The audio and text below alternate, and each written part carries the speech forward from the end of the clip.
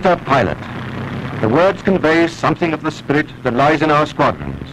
Something young and vigorous, decisive, wanting action at once and finding its expression in the struggle going on daily over our southeastern shores. In many newsreels, you have seen pictures of fighter aerodromes, thick with aircraft towards which a swarm of mechanics and fighter pilots is making a determined rush. You have been shown in other films the organization which controls the movements of the fighters in the air.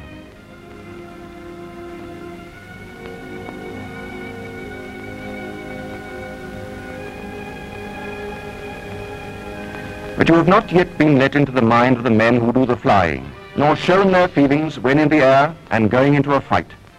The long periods of waiting are a test of temperament. Some pilots occupy themselves actively, others pass the time in sleep. Nor have you been shown the difficulties and discomforts from which the pilot suffers when he is seated in his aircraft. Let us look at the inside of a pilot's cockpit with its mass of instruments, and then think of the hours of practice needed before the pilot can understand all their uses and employ them satisfactorily. See the pilot in his kit. It is bad enough to be in a flying overall. It cramps one's movements quite a lot. But look at this, the life belt used when flying over the sea. It is called a Mae West, rather unkindly. Now the parachute. It is impossible to look pompous in a parachute.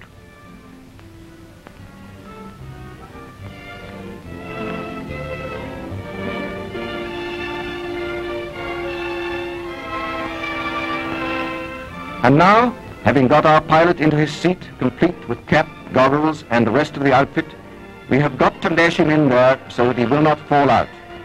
Wouldn't you hate to be in a straight waistcoat of this kind, with only a small part of your face showing? The radio telephone and oxygen mask are combined in one. This has to be firmly clamped across the pilot's face so that only the sound of his speech shall get into the microphone, and also to prevent the oxygen leaking out and wasting itself. Now the take-off. Throttle right forward. Stick central. Ease her off the ground. Back with the throttle to normal boost. And now up with the wheels. The leader looks round to see if the rest of his section are with him. One is lagging a bit and is told briskly on the radio telephone to close up. And then they climb up to patrol height. Above the clouds, it gets colder. The pilot cuts off the air from his radiator to keep up the temperature and wriggles himself more comfortably into his seat. 5,000 feet. Watch the needle of the height indicator. Up they go. 10,000.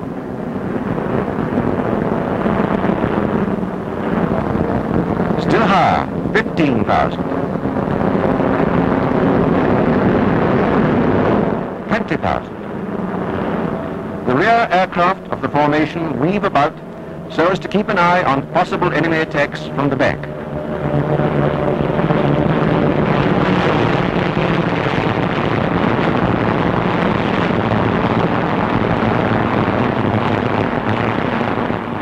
While the leader searches the sky in front for the enemy. It is bitterly cold, and the curious depression and feeling of isolation that comes when flying at great height would insensibly affect the pilot's fighting qualities if he were not helped by his oxygen supply. Suddenly the leader, who has been keeping up a two-way conversation with the ground control which is directing him onto the enemy, sights something. Carry-ho! There they are, Jerry's.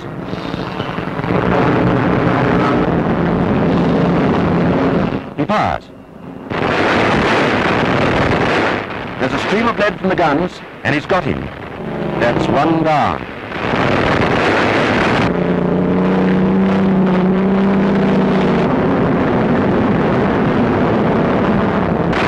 Our guns again.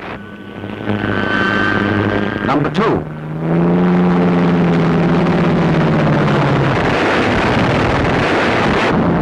Jerry's bailed out.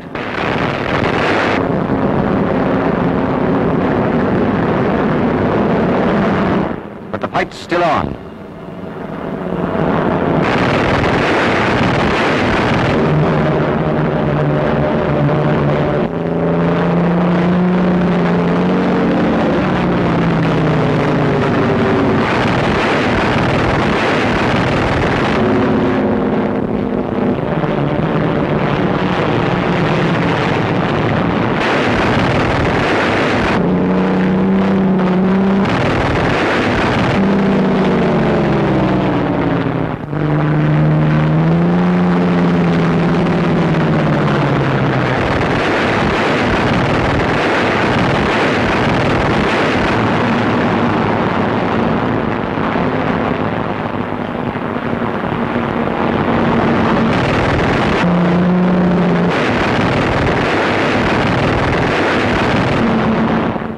And that's that.